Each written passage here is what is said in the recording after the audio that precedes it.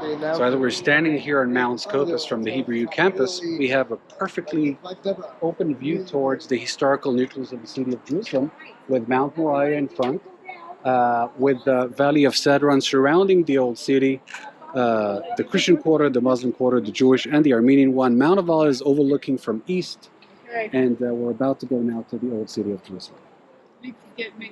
As we're standing here on the plaza just outside the Jaffa Gate, it is an opportunity to see again, I think, what is defining most in modern history. What is Jerusalem? That's the division between Israeli Jerusalem and Jordanian Jerusalem, right? And when we speak, and if we'll have time to speak a little bit about the Israeli-Palestinian conflict around between the river and the sea, if you'd like, Jerusalem is one of the core elements, right?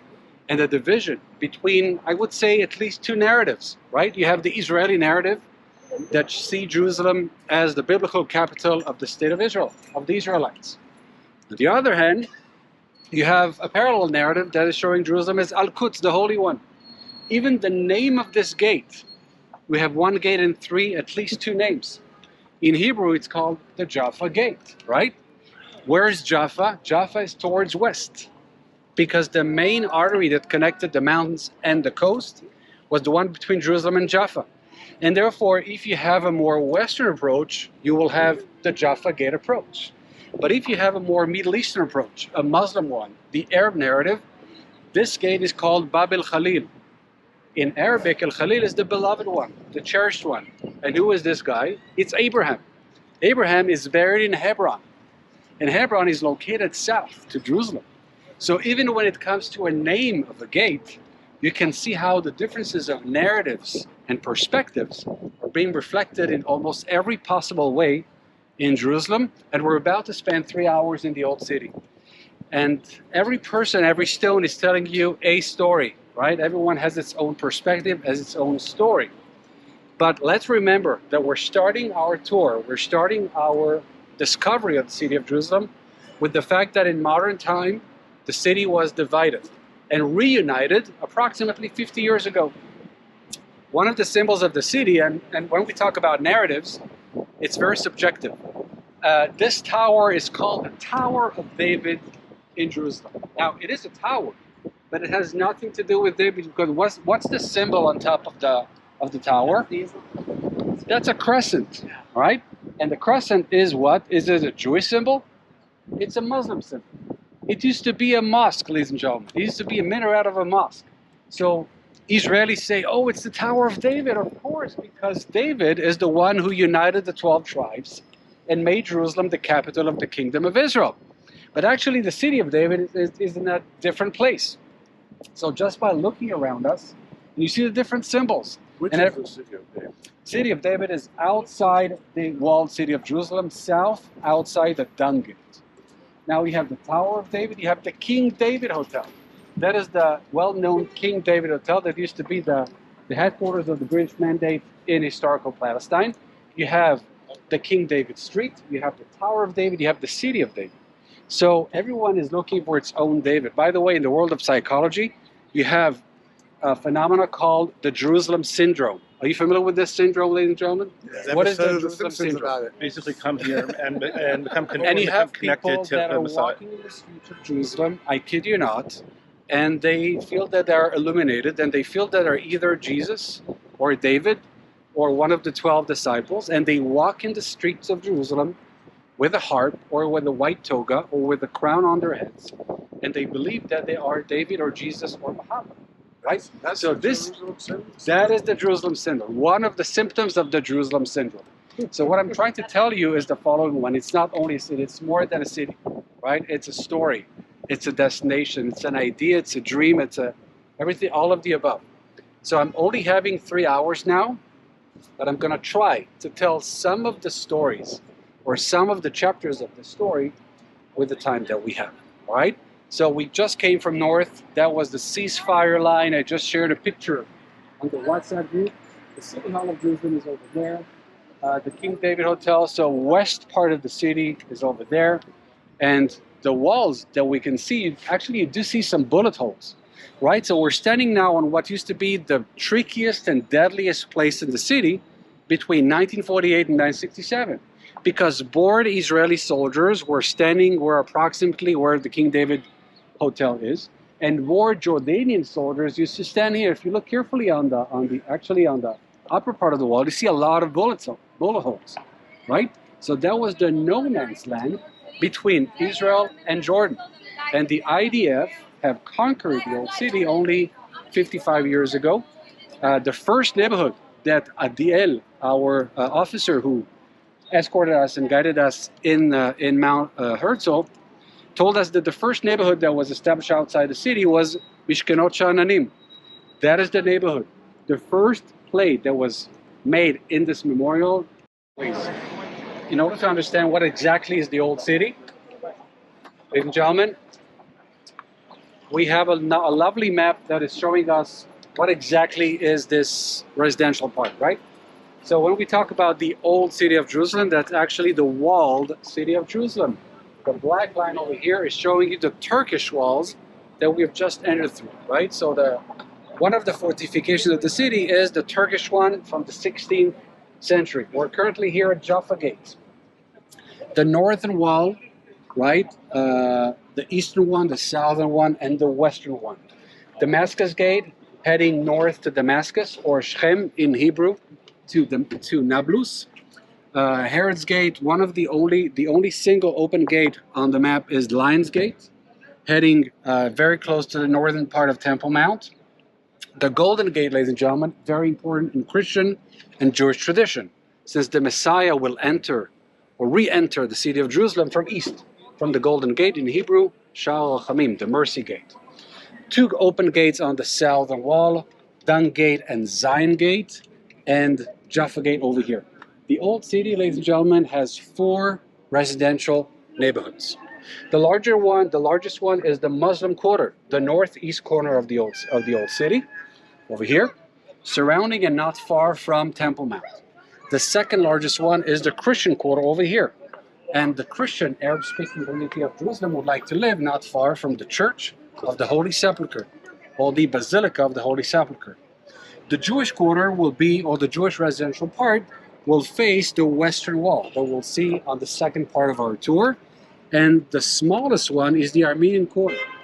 Now, question, how come you have a Jewish, Muslim, and Christian quarter, and you have an Armenian quarter, and not a Russian quarter, or an international quarter, or a Saudi quarter? Why the Armenians are doing here in Jerusalem? Any thoughts, any ideas? That's what Crusades, or? Not Crusades, but among the first nations that were Christianized by the Byzantines were the Armenians. And therefore, they were here first. So they purchased some lands and properties in the old city of Jerusalem, which is explaining the presence of a very old, both Catholic and Orthodox Armenian community within the walls of the old city of Jerusalem. Ladies and gentlemen, the old city is residential. We have approximately 30,000 people living in the old city. Right, so you're going to see kids going in and out. You have schools, etc. So we tend to think about the old city as a holy place, but it's also a residential place. 30,000 people are living within the old city. We're going to first walk towards the Christian Quarter. We can walk to the market. I would like to take you through the residential part and to speak a little bit about the life of people within the old city. How does one buy real estate or rent real estate? Outside the city and inside the city. Yeah. All right.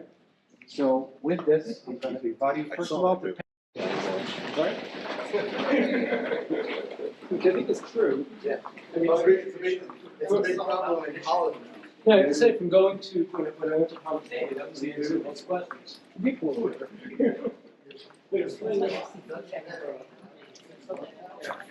Oh, it's good to be in Jerusalem. I feel warm in my heart. Yeah. When's the last time you were here? I don't remember if I was here in October, November or not. I don't know. Yeah. This year, last year. After October. You've been here since October 7th. I may have. I'm not sure if I came or not. Is there anything special for you about being here after October 7th? Is there any different impact for you? Folks, if you want to follow Yes. water. Everything feels more fragile. Everything feels more fragile. Yeah.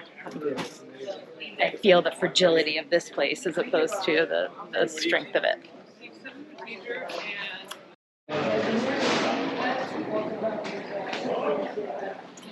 It's like, so much easier.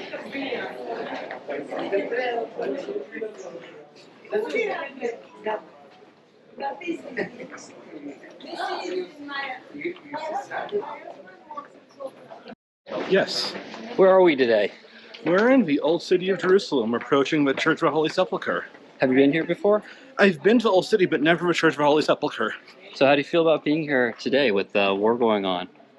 I feel like Israel, I think going to a memorial and seeing that where someone died, a soldier killed every year, is very illustrative. They have a war is always going on. Who had a chance already to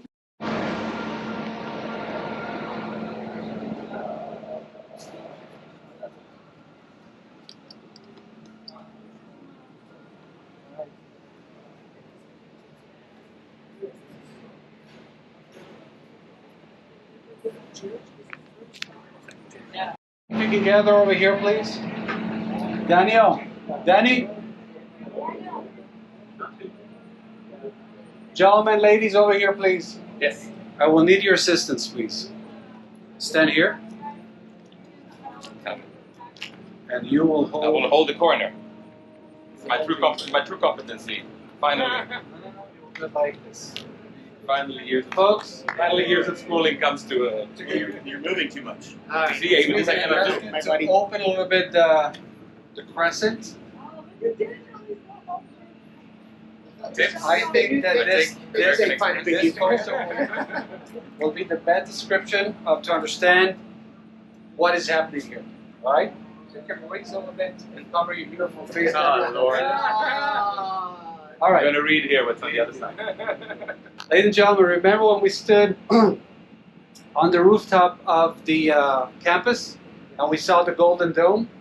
Here's the Golden Dome. All right? Now, and I told you the epicenter of the story is basically, it's called Temple Mount. Now, Temple Mount is a very tricky term, and why? Because there is no temple, and you cannot see the mountain. All right? So our story of Jerusalem is starting approximately 3,000 years ago with Abraham coming from south with his beloved son Isaac. We saw the mural on the wall of the Basilica of the Holy Sepulchre. Just going to ask you to open a little bit that's it.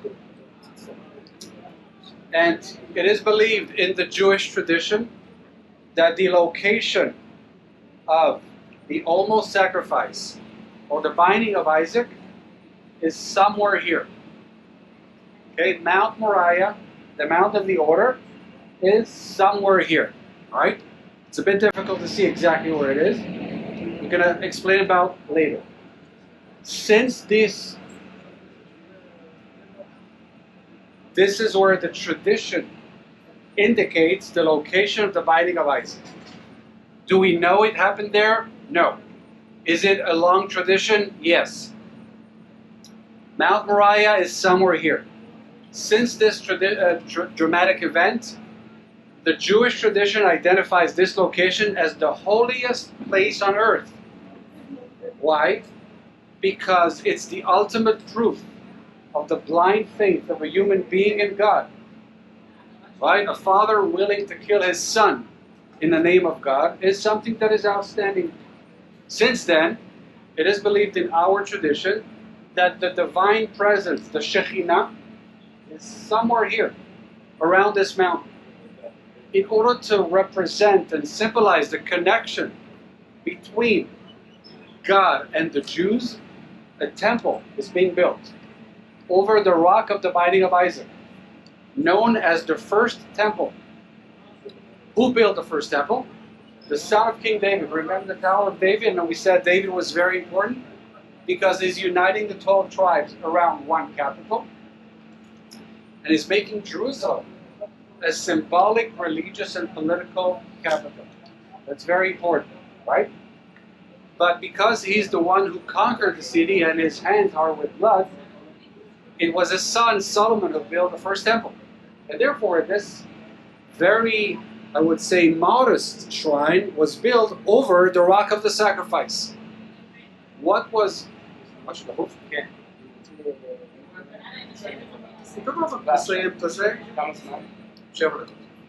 עכשיו 7 דקות? מפה 7 דקות, אני מסיים. בסדר? And therefore, it makes sense that the shrine, the temple, that is representing God's presence will also have God's words. Where was the words of God were given? To who? To Moses on Mount Sinai. And therefore the 10 Commandments were kept in the Ark of the Covenant on top of the stone. Right? And if you look carefully here, within the temple, you have we believe the Ark was kept. Right? So, Jews came to Jerusalem 3 times a year during the Regalim, Passover, Pentecost, and the Feast of the Tabernacles, Sukkot, Shavuot, and Pesach. The first temple, thank you for your effort. I'm very good. Thank you, I know you're very good. The first temple is destroyed. The first temple is destroyed during the Babylonian invasion. Okay? The temple is destroyed. The Jews are expelled to Babylonia. Coming back here with 2 prophets, Ezra and Nehemiah, reestablishing a shrine. But the one who is enlarging, a bit like in McDonald's, you want to double it. Okay? It's Herod the Great. 1st century before Common Era, BCE. Herod, when the temple existed, it was only the high priest that could have entered the Holy of Holies. Back here. 1 day a year. Which day was it? Yom Kippur. The day of 10 days after the Jewish New Year, the high priest, the Big Kahuna, was entering the Holy of Holies. The Big Kahuna. He was entering with a robe tied to him because it was so holy, so dangerous that if something will happen there, people could pull him from there. So if, when the temple existed, only the high priest, today, who would be us to go there? But you have more and more observant Jews from all kinds of reasons that will go and visit Temple Mount. They will not approach the location, the approximate location of the Holy of Holies. They will surround the Dome of the Rock.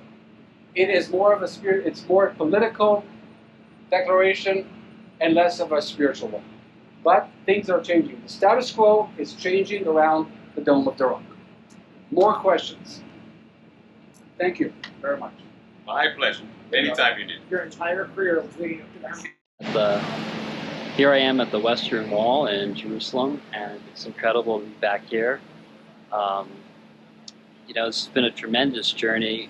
We came here on a mission to understand the political situation after October 7th, and I'm just so grateful that we still have the ability to come and pray and worship at this amazing site. And here I am,